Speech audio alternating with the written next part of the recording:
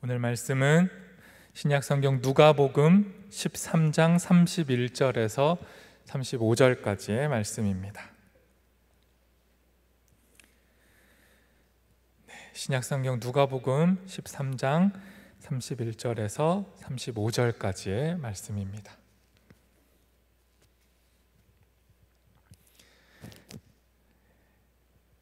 저와 여러분이 한 절씩 교독하도록 하겠습니다. 제가 먼저 하나님의 말씀을 읽습니다. 곧 그때에 어떤 바리새인들이 나와서 이르되 나가서 여기를 떠나소서, 헤롯이 당신을 죽이고자 하나이다.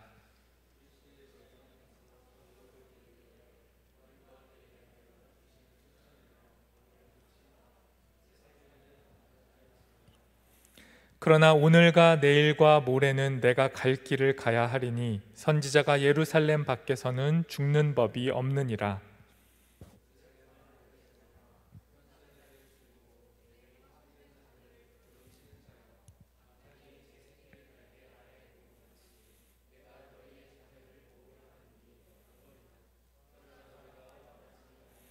함께 읽겠습니다. 보라, 너희 집이 황폐하여 버림바 되리라. 내가 너희에게 이르노니 너희가 주의 이름으로 오시는 이를 찬송하리로다 할 때까지는 나를 보지 못하리라 하시니라. 아멘.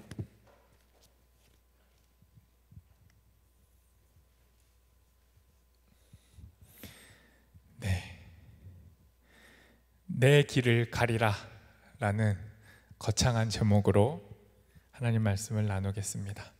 여러분, 오늘은 사순절 두 번째 주일입니다. 교회에서 매년 반복되죠. 사순절. 사순절은 40일이라는, 그냥 말 그대로 풀면 40일이라는 의미고요. 40일 동안 예수님의 죽음과 고난을 묵상하는 거예요. 그리고 부활을 기다리는 겁니다. 40일 동안. 그게 부활절인데요. 사순절인데요. 한 청년이 그래도 이게 어색하잖아요. 익숙하진 않아서 저한테 질문을 하더라고요. 사순절을 어떻게 계산하는 거냐고. 부활절까지 40일이라고 하는데 자기가 아무리 계산해봐도 안 맞는다는 거예요. 그래서 제가 다시 설명을 해드렸습니다. 여러분, 사순절은요 수요일 날 항상 시작해요. 그래서 제의 수요일이라고 하고, 그 잿가루 다 태우고 남은 그 잿을 이마에 발라서 그 회개하는 그런 상징적 행동을 하는 제의 수요일이라고 하는 수요일로 시작을 하고요. 그 수요일 기준으로 40일이 지나면 부활절이 되는 거예요. 그래서 그 총 기간이 사순절이 되는데요. 그 중간에 주일이 껴 있어요. 총 6번의 주일이. 그러니까 이 주일 때문에 계산을 하면 안 맞는 거죠. 40일이 아니고 46일이 되니까. 그래서 이제 이 청년도 헷갈렸던 거예요. 그런데 아시겠지만 그 6일의 주일은 사순절 기간에서 제외가 됩니다. 왜냐하면 주일은 일요일이잖아요. 그런데 그 우리가 주일이라고 부르는 이유는 예수님의 부활에 감사하고 기뻐하는 의미를 담는 거예요. 그러다 보니까 주일은 예수님의 죽음과 고난에 대한 의미보다는 부활에 감사하는 날, 그래서 매 주일을 작은 부활절이라고 부르거든요. 그래서 총 46일의 기간에서 6번의 주일을 제외하고 40일을 사순절로 지키는 겁니다. 이해되셨나요? 이제 요건 헷갈리지 않는 걸로. 아무튼 이 사순절을 저희가 지금 지키고 있는데, 여러분, 사순절은 예수님이 가신 길을 따라서 한번 걸어보는 거예요. 예수님의 길을 반복해 보는 거죠. 그리고 다시 기억을 하는 거예요. 그런데 우리가 2주 전에 살펴본 길이 있어요. 예수님이 가셨던 길. 무려 2주 전에, 전혀 기억이 없으실 거지만 2주 전에 우리가 살펴본 길이 뭐였냐면, 예수님이 산 위에서 변화하신 다음에 산 아래로 내려가는 길이었어요. 그러니까 예수님이 가시고자 하는 길은 산 위의 영광의 길에 멈춰 있는 게 아니고 산 아래, 우리의 삶의 현장, 그 지긋지긋한 곳으로 내려가서 걸어가는 게 예수님의 길이었던 거죠. 사순절 기간 우리가 추적하는 그 길은 예수님이 내려가신 그 길과 동일한 겁니다. 그런데 오늘 본문은 예수님이 그 산 아래로 내려가셔서 목적지가 있다고 말해요. 근데 그 목적지가 어디로 이르는 길이냐면 예루살렘으로 이르는 길. 목적지는 예루살렘입니다. 그래서 오늘의 본문은 예수님의 길이 예루살렘과 연결되어 있다라고 말씀하는 거예요. 그런데 오늘 본문 속에 등장하는 이 예루살렘은 하나님의 도성, 하나님의 성, 하나님의 땅, 영광 그 자체인 땅을 의미하는 게 아니라 불에 타버리고 황폐해질 땅으로 그려지고 있어요. 오늘 본문의 예루살렘은 번쩍이고 빛나는 땅이 아니라 불타 없어질 땅이라는 거죠. 네, 산불 그림 하나 보여주시겠어요? 네. 오늘 기도도 해주셨는데, 네, 오늘까지 강원 이 경북 지역의 이 대형 산불이, 제가 마지막에 뉴스를 보니까 이제 그 주불은 이제 진화가 됐다라고 해요. 오늘 이제 잡힌 건데, 지금까지 우리나라에서 일어난 산불 중에서 가장 많은 면적을 태웠고 가장 오랫동안 불타오른 산불이라고 해요. 정말 피해는 심각하고 정말 삶의 터전을 잃어버린 이들을 위해서 우리가 기도해야 할 상황입니다. 이처럼 이 불은요, 모든 걸 다 태워버리는 거예요.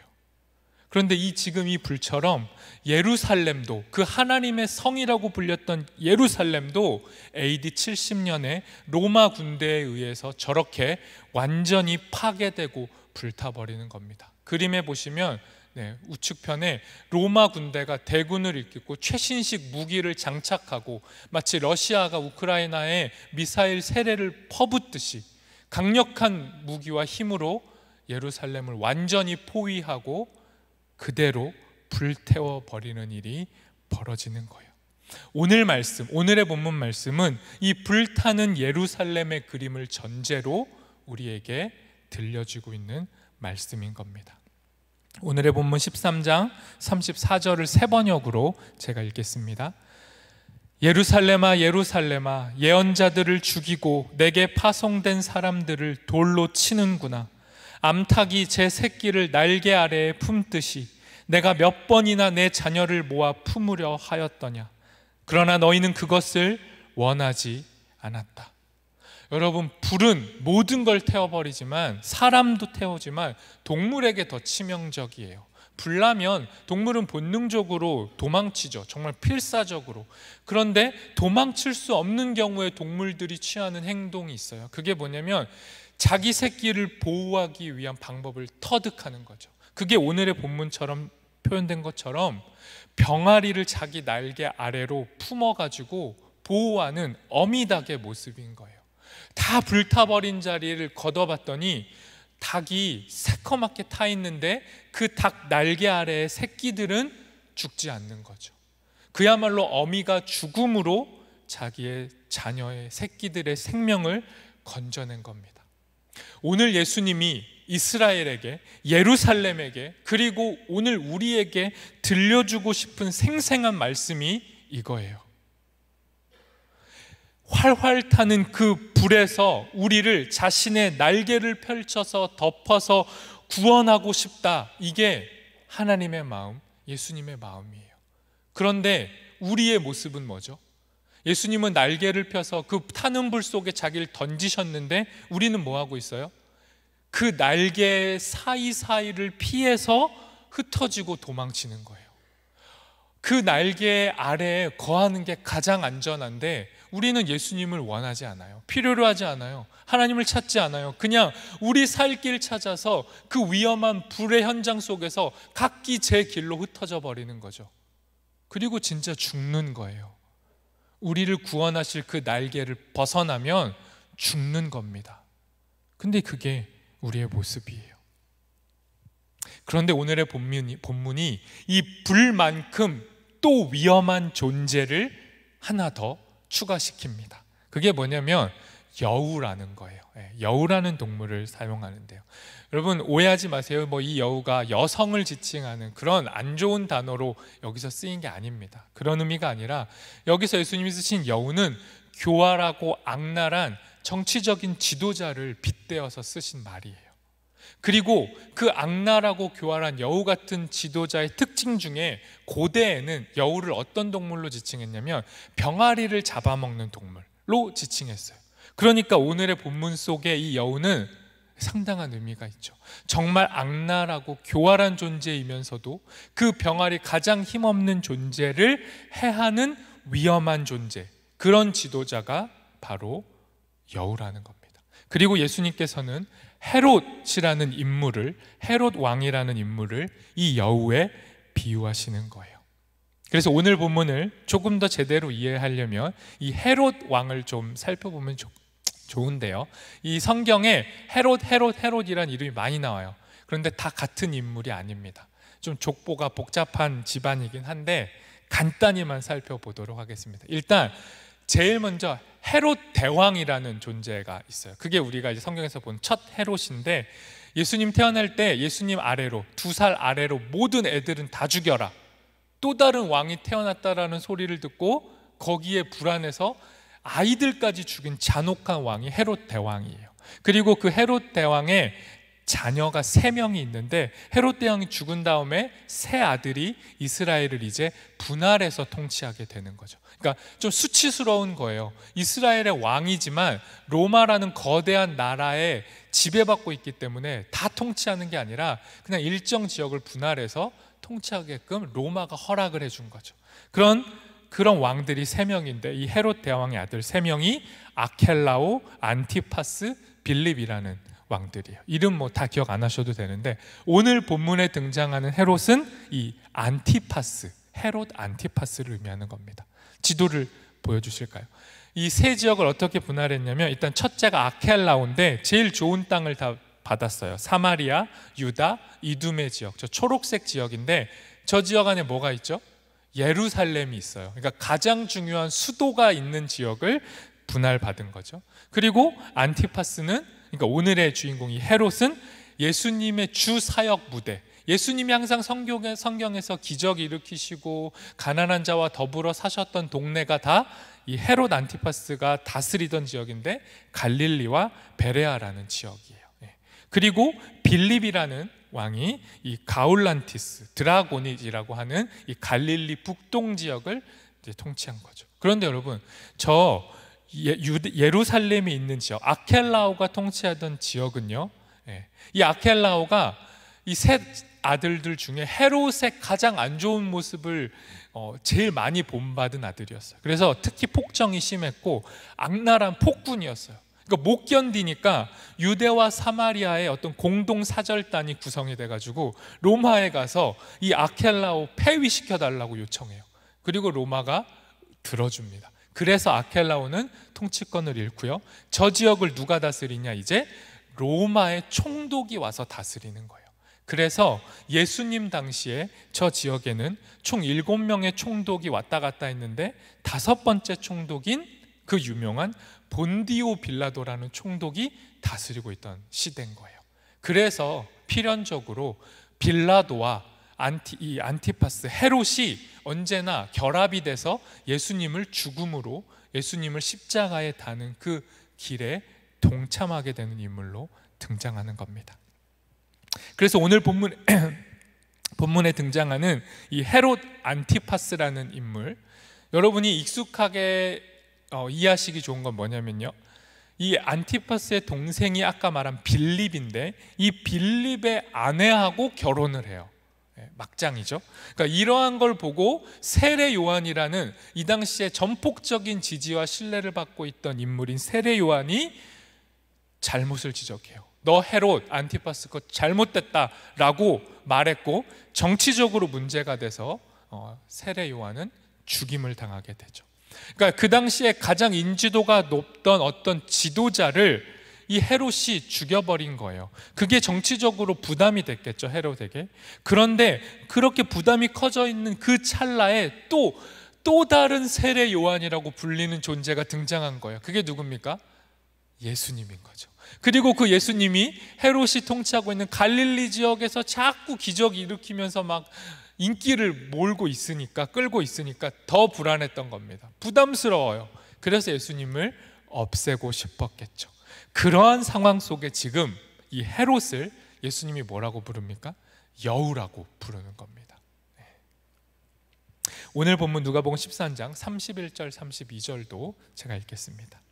곧 그때에 어떤 바리새인들이 나와서 이르되 나가서 여기를 떠나소서, 헤롯이 당신을 죽이고자 하나이다. 이르시되 너희는 가서 저 여우에게 이르되. 여러분, 바리새인이라고 해서 다 예수님을 강하게 배척하진 않았어요. 바리새인 중에도 온건파가 있어요. 그러니까 예수님에 대해서 들을 건 듣고 취할 건 취하고 거리는 일정하게 두되, 예수님이 과연 득이 될지 실이 될지 어떤 인물일지 거리 두면서 이렇게 관망하고 있던 존재들이 온건파인데, 지금 그 온건파 바리새인들로 보이는 사람들이 와서 예수님한테 헤롯의 속셈을 얘기해 주는 거예요. 예수님, 지금 이 헤롯이 관할하고 있는 이 지역에서 이러시면 안 돼요. 자꾸 이렇게 하시면 헤롯이 정말 죽일 수 있으니까 이 헤롯의 관할 지역을 빨리 빠져나가세요. 그래야 삽니다 라고 이야기를 하고 있는 거예요. 물론 속으로는 이 보기 싫은 예수님, 자신들의 기득권을 뺏어가고 있는 예수님을 쫓아내고 싶어서 돌려서 이렇게 말했는지도 몰라요. 근데 그건 중요하지 않습니다. 오늘의 누가복음의 본문은 어쨌든 이 온건해 보이는 바리새인들이 예수님에게 여우 헤롯을 고발하는 것을 보여주고 있어요.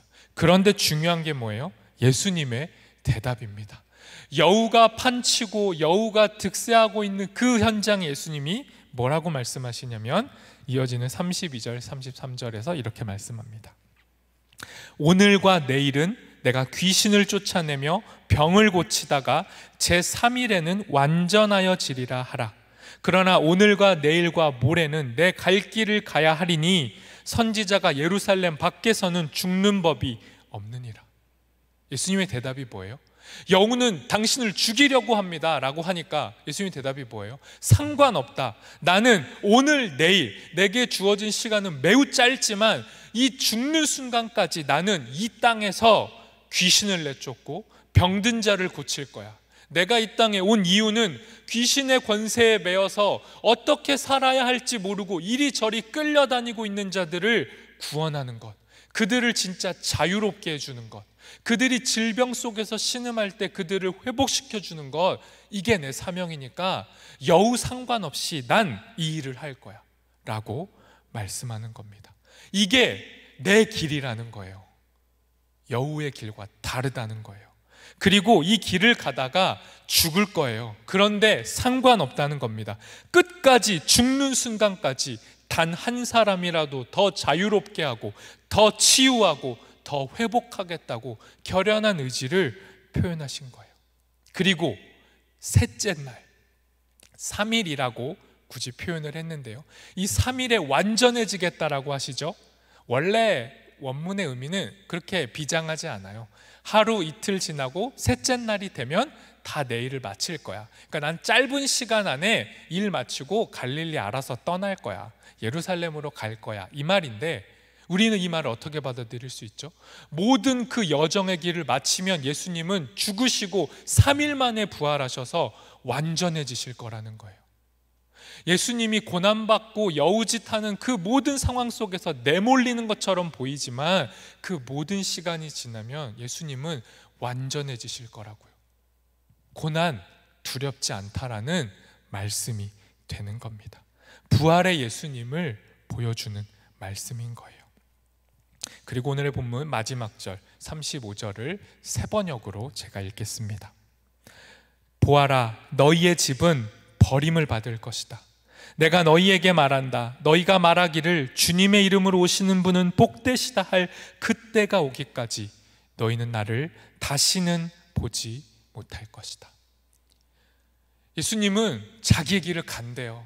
그런데 그 길을 끝까지 가면 어떤 일이 벌어지냐면, 너희의 집, 너희가 그토록 안전하다, 이곳은 변함없다, 나의 성공 가도를 달리기에 좋은 땅이다, 안전한 땅이다 라고 말하고 있는 그 예루살렘이 버림받을 것이라고 말씀하는 거예요. 예수님은 불타고 버림받을 그 땅을 향해 그 이어진 죽음의 길을 계속 가는 거예요. 여우가 위협을 하고 모두가 자기를 죽이려고 하고 심지어 제자들도 자기를 팔아 넘기는 그 상황 속에서 자기 자녀를 지키기 위해서 마지막까지 날개를 펴서 불타는 그 불의 현장 속에서 자녀를 지키겠다는 어미의 심정으로 예수님은 자신의 길을 걸어간 겁니다. 이게 예수님의 말씀이에요. 이게 끝이에요.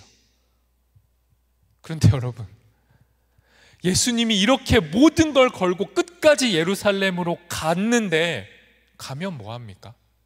예루살렘에 가서 예수님은 자기가 정말 다 불타서 죽었어요. 없어졌어요. 그러면 예루살렘에 유익이 있어야 되는데 예루살렘의 결과가 뭐죠? 제가 앞에서 설명드린 것처럼 예수님이 십자가에 죽으시고 조금 시간이 흐르면 AD 70년이 되면 예루살렘은 완전히 소멸됩니다. 완전히 불타 없어져 버려요. 이게 예루살렘의 현실이에요. 무엇을 말하는 거죠? 예수님을 통해서 하나님이 말씀하시고자 했던 건 뭐냐면요, 자유와 평화와 생명이었어요. 자유와 평화와 생명의 땅으로 바꿔주겠다고 했는데 이것을 거절할 때마다 그 자리는 뭐가 됐죠? 죽음과 심판의 땅으로 변했던 거예요. 이게 역사고 오늘의 현실인 거예요. 오늘도 예수님이 아무리 자기의 생명을 던져서 생명, 생명, 평화, 평화, 자유, 자유 외쳐도 그걸 거절하는 자리에는 죽음과 심판이 임할 수밖에 없다는 겁니다. 여러분, 이게 정확한 팩트예요. 왜요? 여러분, 두 눈으로 우리가 지금 목도하고 있잖아요. 지금 예수님의 생명을 떠난 자리가 얼마나 변질되는지를 보고 있어요. 여러분, 지금 우리는 이렇게 그냥 멀쩡히 살지만 우크라이나 땅은요, 불타고 있잖아요. 여전히 그 땅에 예수 그리스도를 믿고 신뢰하고 따르는 사람들이 있는 그 땅이 불타고 있다고요. 예수님을 따라 십자가의 길, 고난의 길, 사순절의 길을 가겠다라고 말하는 우리는 이런 상황에서 뭘 선택해야 되죠? 전쟁이 현실이 되어버린 상황에서 믿음이 있다라고 말하는 신앙인들은 뭘 할 수 있냐고요. 여러분, 뭘 하실 수 있냐고요. 여러분, 대선이 끝났어요.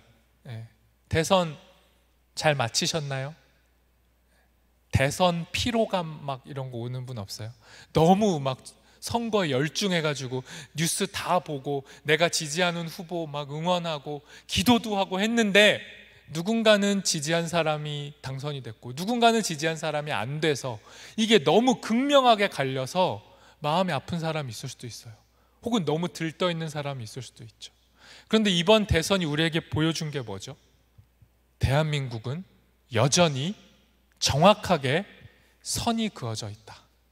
아직도 정치적인 수사로는 국민통합, 정치통합, 정치개혁 말하지만 대한민국의 현실이 뭐예요? 불타고 있는 거예요. 결과가 보여줬잖아요. 5대5. 지역과 지역 여전히 갈라져 있어요. 선명하잖아요. 세대와 세대 정확하게 갈라져 있어요. 60대 이상과 그 이하의 선택이 너무 다르잖아요. 그 아래로 내려가면요, 20대, 30대 여러분 어떤데요? 여러분은 통합돼 있나요? 아니에요. 남성과 여성이 너무도 다르잖아요. 연령과 세대와 성에 따라서 우리는 다 각기 분열돼 있어요. 그러한 것이 모아져 있는 게 대한민국이라고요. 이 땅에서, 이 현실에서 여러분 어떻게 할 거냐고요. 예수님은 그 땅으로 걸어가셨고 그게 예수님의 길이에요. 대한민국이 이 모양 이 꼴이라고 예수님이 이 땅으로 안 들어오시나요? 여전히 들어오고 계시잖아요. 그런데 우리는 뭘 선택해야 되냐고요. 어떻게 신앙생활 해야 되냐고요. 나라와 나라가 균열돼 있고 적대하고 전쟁하고 지역과 지역이 갈라져 있고 세대와 세대가 찢어져 있고 여성과 남성이 분열되어져 버린 이 현실 속에서 신앙을 가지고 살아가고 예수를 쫓아 산다는 우리는 뭘 할 수 있냐고요. 이 질문이 오늘 본문이 우리에게 던지는 묵직함인 거예요. 그래서 오늘 본문이 어려워요. 정말 사순절의 본문으로 적합해요. 이 본문을 대하는 게 고통입니다. 어쩌라는 거냐? 예수님이 십자가에 죽어도 예루살렘은 불타버렸는데 우리에게 무슨 소망이 있지? 대한민국의 10년, 20년 후는 소망이 있을까? 과연 우크라이나는 자유와 평화를 되찾을 수 있을까? 미국이 이제 적극적으로 도와주지 않는 것 같은데 나토도 유럽도 EU도 자기들 살 길 계산하고 있잖아요. 물론 그 안에는 치밀한 정치적인 계산, 함부로 비판할 수 없는 외교적인 많은 사안들이 있기 때문에 정말 쉽지 않은 상황이지만, 그럼에도 불타고 있는 우크라이나 어떻게 될까요? 이러한 상황 속에서 오늘의 문제에 제가 정확한 답을 드릴 수 없어요. 예언해 드릴 수 없어요. 그런데 과거의 역사는 함께 볼 수 있어요. 세계 2차 대전, 러시아가 일으킨 지금의 이 형세와 너무도 유사한 형태로 전쟁을 일으켰던 자가 있죠. 그 유명한 히틀러가 세계 2차 대전을 일으켰잖아요. 처음에는 러시아 같은 행동이었어요. 체코만 조금 우리가 손볼게, 체코의 땅 조금만 먹을게. 그럴 때 주변에 그 당시엔 최대 강국, 지금으로 치면 그 당시의 경찰 국가였던 영국은 어떤 태도를 취했죠? 그래, 서로 싸우지 말고 그 땅만 먹어라, 조용히 좋게 넘어가자. 그렇게 히틀러를 풀어주고 얕봤던 결과로 히틀러는 유럽 전체를 불덩이로 만들었죠. 그런 상황 속에서 살아가고 있던 젊은 20대 청년이 있었어요. 그 사람의 이름이 본회퍼라고 하는데요, 목사이기도 하고 신학자이기도 해요. 천재라고 불렸대요. 왜냐하면 29에 박사고 교수가 됐으니까. 근데 그 사람이 그런 독일의 현장을 보면서 고민하다가 지금은 때가 위험하니 잠시 벗어나서 미국으로 가서 미국에서 교수 생활하다가 독일이 안정화되면 돌아와서 조국을 위해 일해야겠다, 이 마음으로 미국으로 떠나요. 그런데 미국에 가서 있는데 기도할 때마다 마음이 불편한 거죠. 과연 내가 미국에 있는 게 맞나? 아니면 저 불타고 있는 독일에 가서 무언가라도 해야 되지 않나? 기도하다가 보네퍼가 다시 독일로 돌아갑니다. 그리고 독일로 돌아가서 히틀러 암살 계획에 참여해요.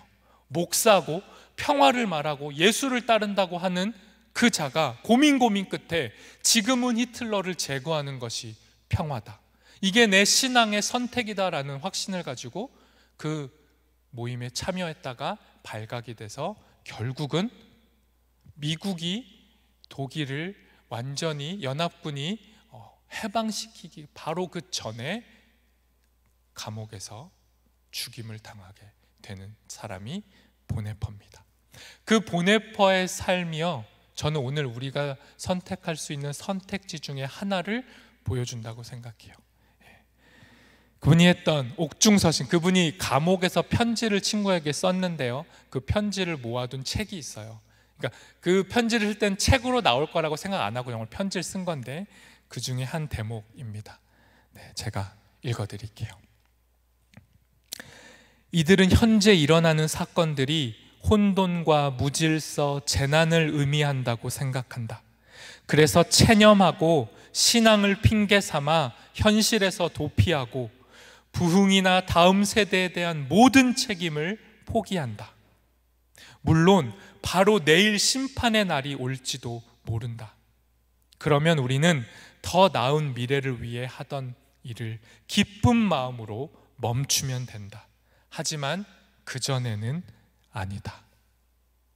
여러분, 보네퍼는 이런 마음으로 미국에서 독일로 다시 돌아왔고 히틀러를 죽이고자 했어요. 어떤 마음이요?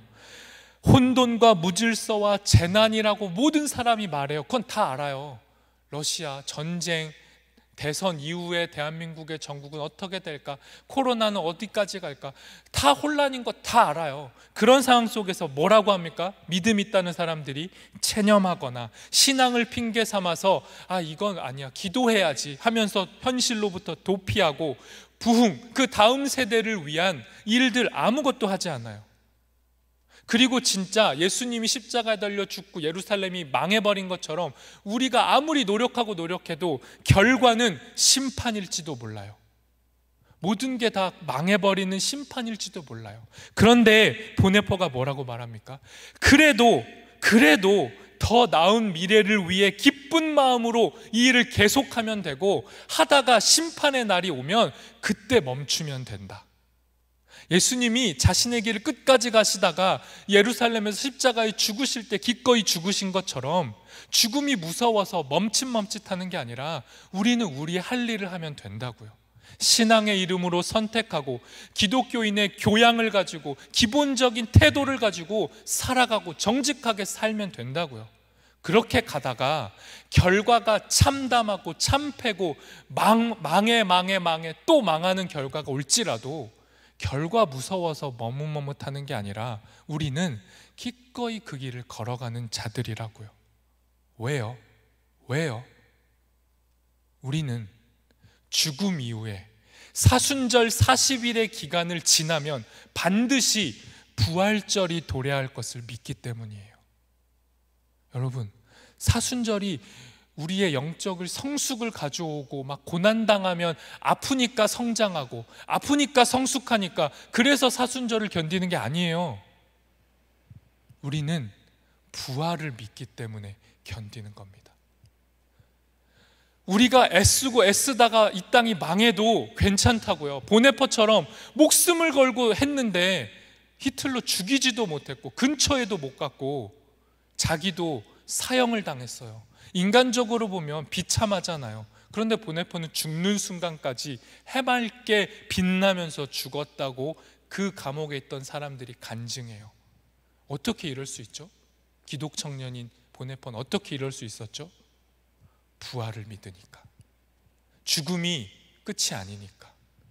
우리의 모든 노력과 수고와 신앙적인 헌신과 내어줌과 모든 우리의 행위가 좋은 결과를 가져오지 않아도, 이 땅에서 좋은 열매 맺지 않아도 그게 끝이 아니라 그렇게 살다 죽어도 우리에겐 부활의 생명이 있기 때문에, 그것을 믿기 때문에 기꺼이 가는 겁니다.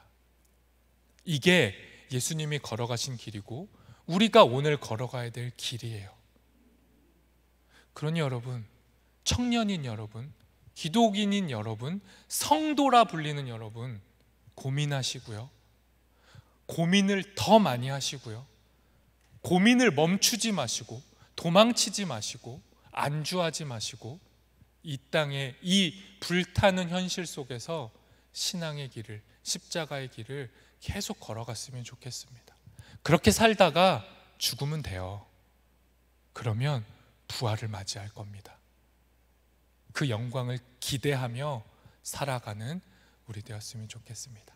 이 시간 우리 찬양할 텐데요, 원래 결단 찬양으로 하는 찬양이에요.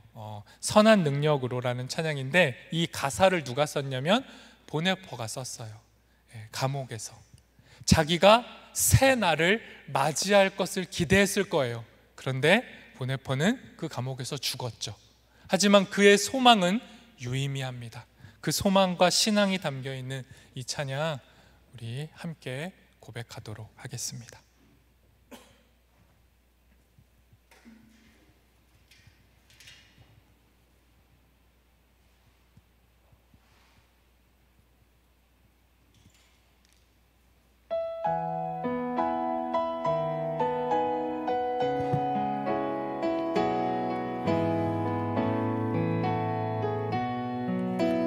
주 선한 능력으로, 주 선한 능력으로 안으시네.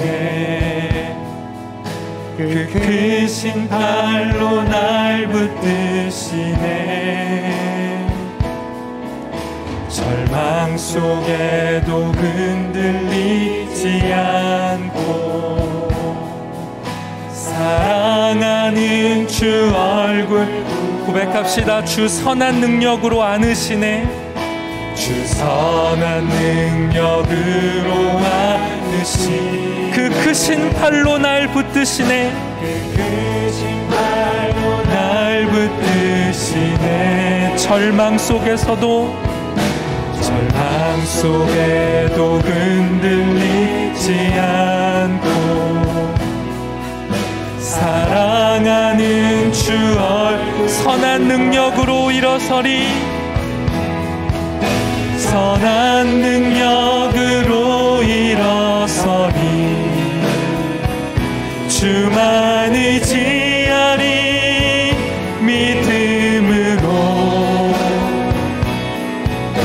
우리 고대 안에 주 오실 그날 영광의 새 새날을 주님이 마신 고난에 쓴 잔을 주님이 마신 고난에 쓴 잔을 우리도 감사하며 받으리 주님의 남은 고난 채워가며 남은 고난 채워가며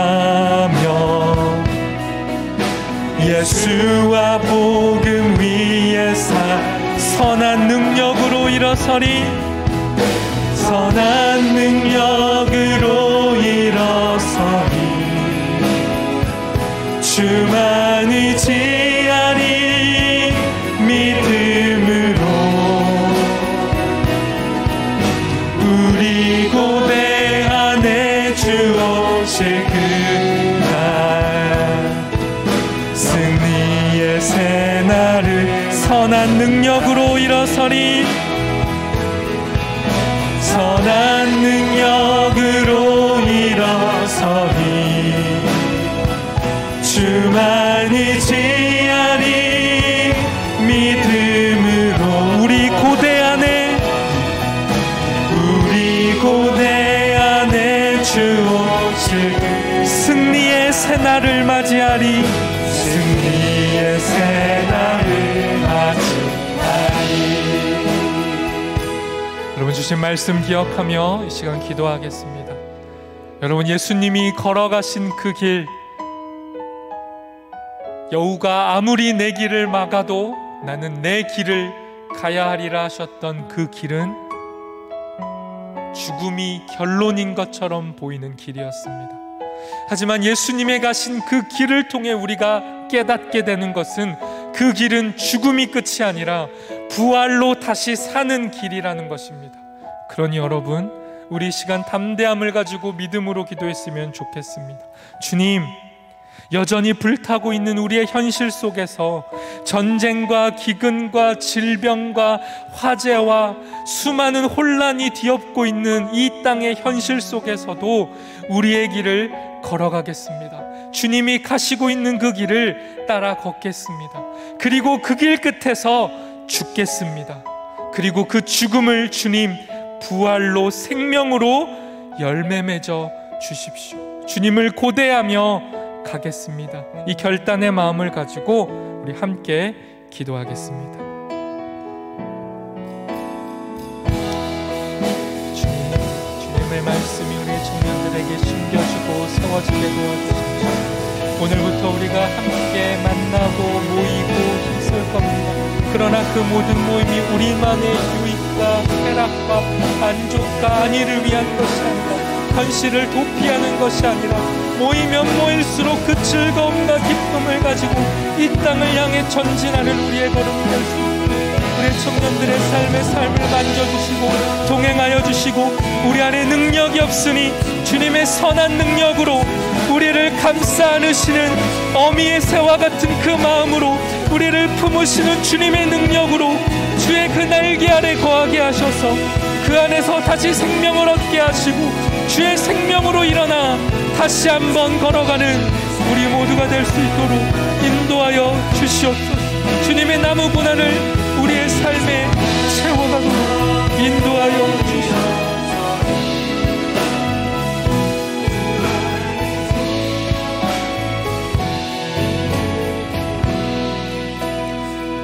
우리 마지막으로 한 가지만 더 기도하겠습니다. 여러분, 코로나 상황인데도 우린 이렇게 모이고 있습니다. 지구 반대편에서는 예배하고 싶어도 예배할 수 없고 집에 거하고 싶어도 집에 거할 수 없고 삶의 모든 터전을 잃고 떠나는 사람들이 즐비한 상황 속에 우리는 모이고 있고 예배하고 있습니다. 여러분, 이건 우리에게 책임을 주는 거예요. 그저 즐기고 누리라는 것이 아니라 우리에게 책임이 주어지는 겁니다. 오늘부터 우리는 동아리 모임도 할 겁니다. 셀 모임뿐만 아니라 청년들이 모여서 각기 원하는 방향의 길들을 설정하고 그 길을 하나님과 함께, 예수님과 함께, 이웃과 함께, 나 자신과 함께 우리가 걸어갈 거예요. 그런데 여러분 기억하십시오. 우리의 모임, 우리의 예배, 우리의 교제, 우리의 친교, 그 모든 신앙 행위들은 현실 도피가 되어서는 안 됩니다. 그저 세상은 시끄러우니 여기서 만족 누리고 웃다가 가야지가 아니라, 우리가 모이는 이유는 모여서 죽음 너머의 부활의 생명의 기쁨을 미리 맛보는 겁니다.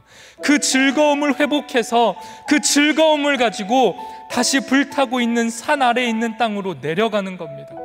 그러기 위해 모이는 거고, 그렇게 우리는 예배하고 교제하는 겁니다.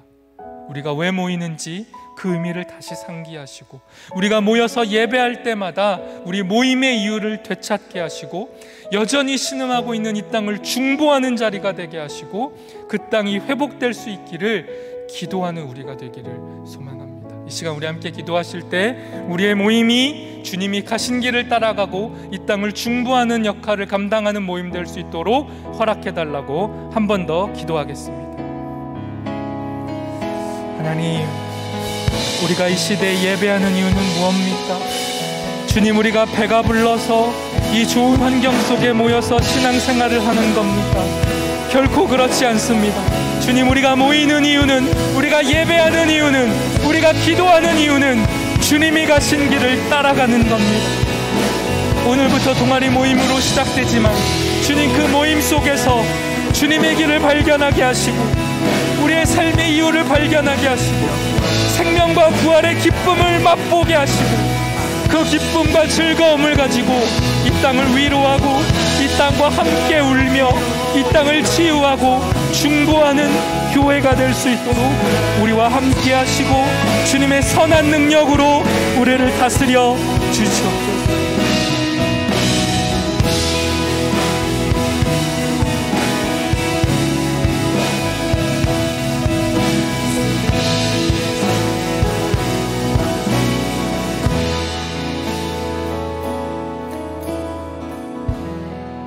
선한 능력으로 우리를 감싸 안으시는 하나님, 주님은 여전히 과거에도 지금도 앞으로도 우리를 보호하시고 감싸시겠다 말씀하십니다. 우리를 계속 불러 모으시고 지키시겠다 말씀하시니 주님의 날개 그늘 아래 거하는 우리가 되게 도와주시고, 그 날개 그늘 아래서 교제하고 친교하고 예배하고 그 선한 능력을 힘입어서 다시 이 땅을 향해 걸음을 내딛고 주님이 가신 길을 향해 따라 걸어가는 우리가 될 수 있도록 우리 모든 청년과 성도 가운데 함께하여 주옵소서. 예수님의 이름으로 기도합니다. 아멘.